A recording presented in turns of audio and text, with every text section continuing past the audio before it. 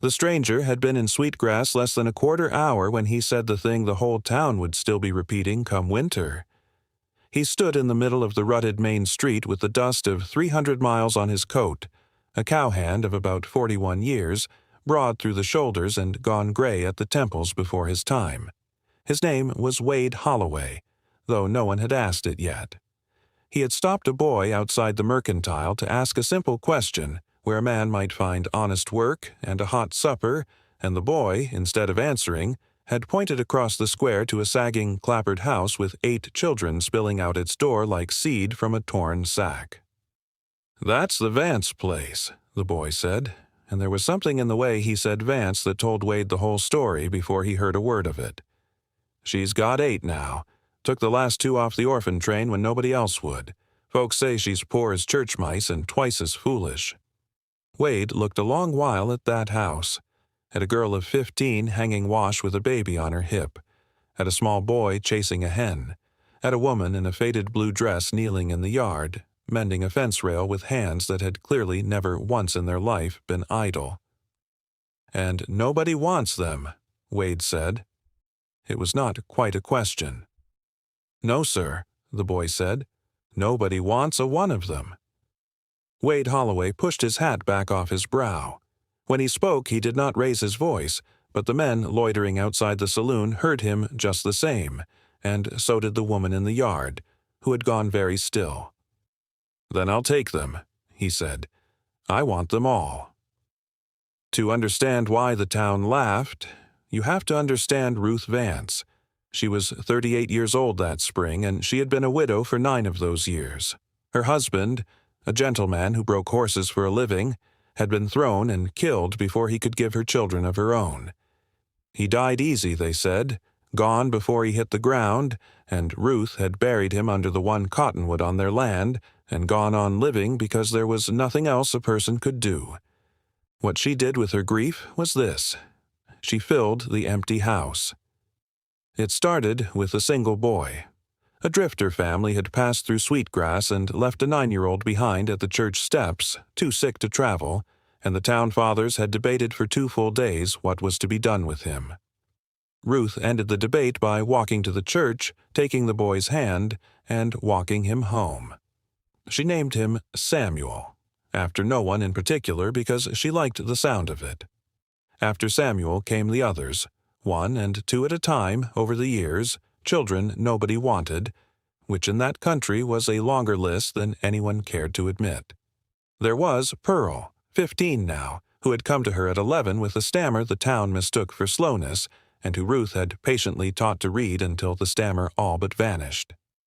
There was Tom, 13, quick-tempered and quick to forgive. Lucy, 11, who sang. Beth, 7, who did not speak much but missed nothing. Henry, 6, who feared the dark.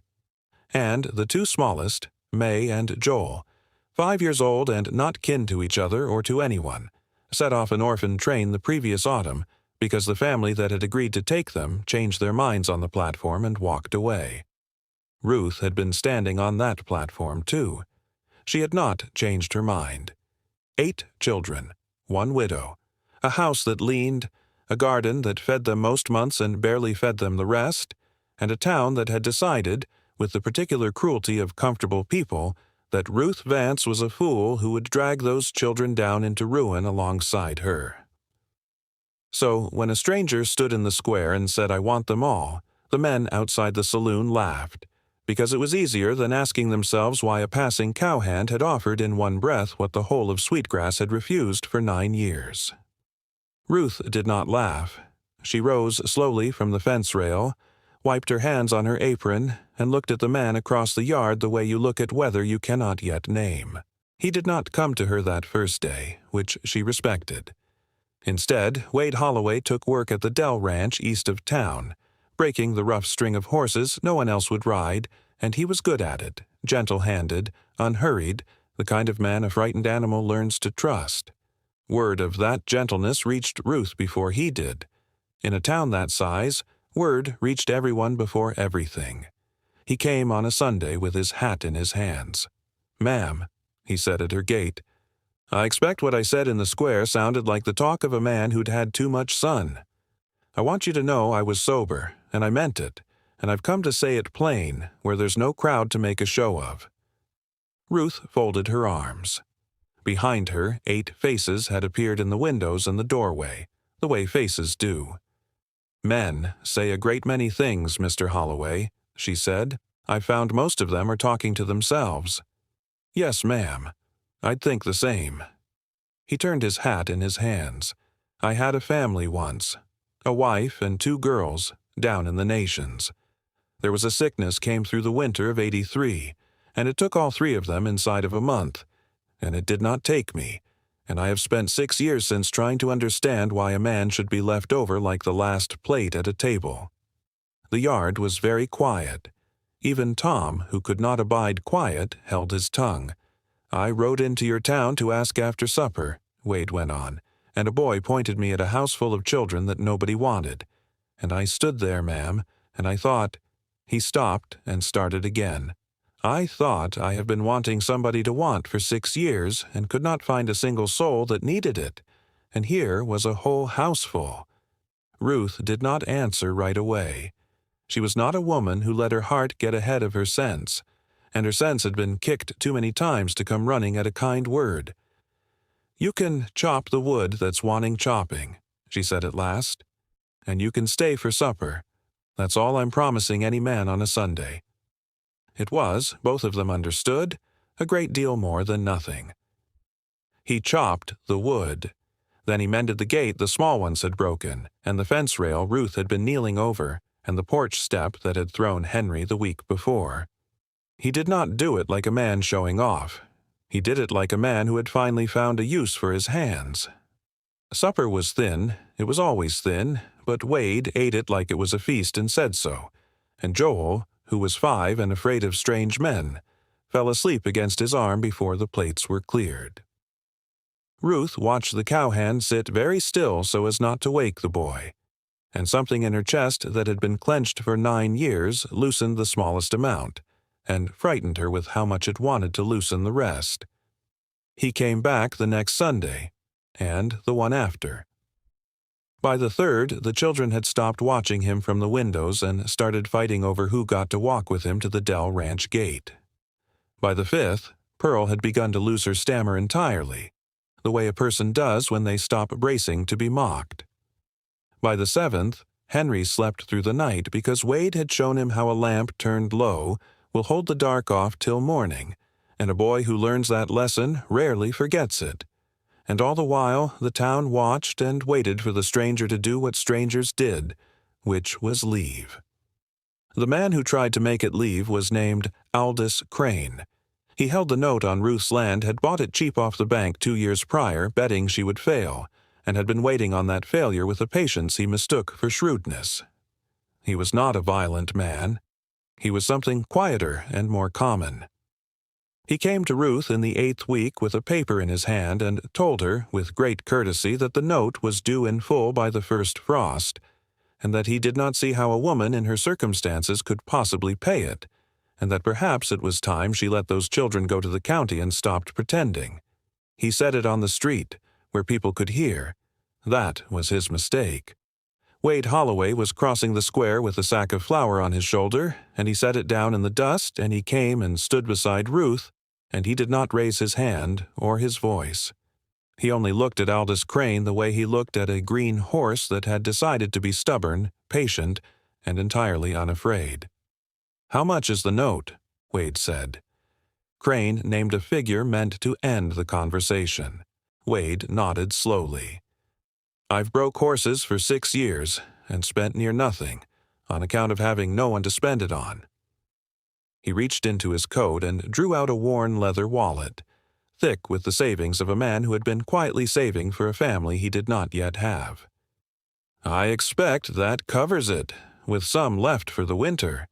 He counted it into Crane's hand right there in the square, bill by bill, while the whole of Sweetgrass watched in a silence you could have heard a pin drop into. "Now it's paid," Wade said, "and these children are spoke for by me." And he turned to Ruth, and for the first time since the day he rode in, The steadiness left his voice and something younger took its place. "If she'll have me. I haven't rightly asked her yet, and I'd be obliged if the town would let me do it without an audience." She had him. Not that afternoon. Ruth Vance was not a woman to be hurried, and she made him court her properly for the better part of 2 months, which Wade did with a patience that would have shamed the green horses. But she had him, and the town knew she had him. And a strange thing began to happen in Sweetgrass that autumn. The people who had refused those children for 9 years discovered, to their discomfort, that they could no longer quite look at the Vance house and feel comfortable.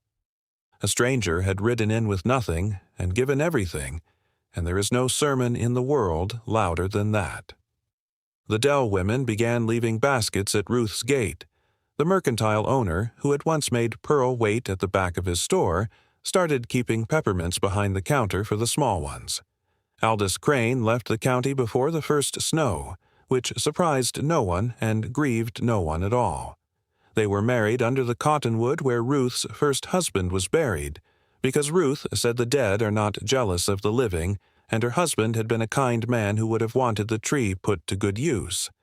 The whole town came, every soul that had laughed in the square that first day, and Ruth let them come, because she was not a woman who kept a ledger of old wrongs. She had buried too much to waste her short life carrying bitterness up a hill.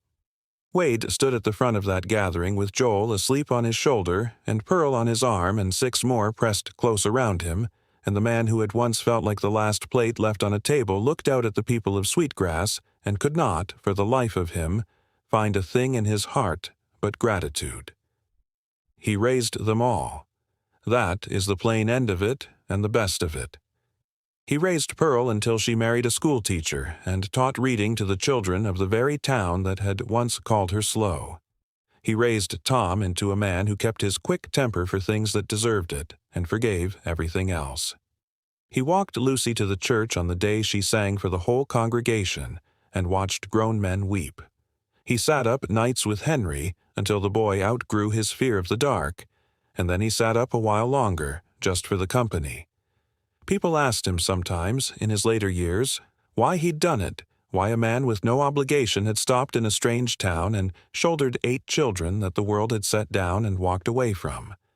Wade Holloway would think on the question a while, the way he thought on everything.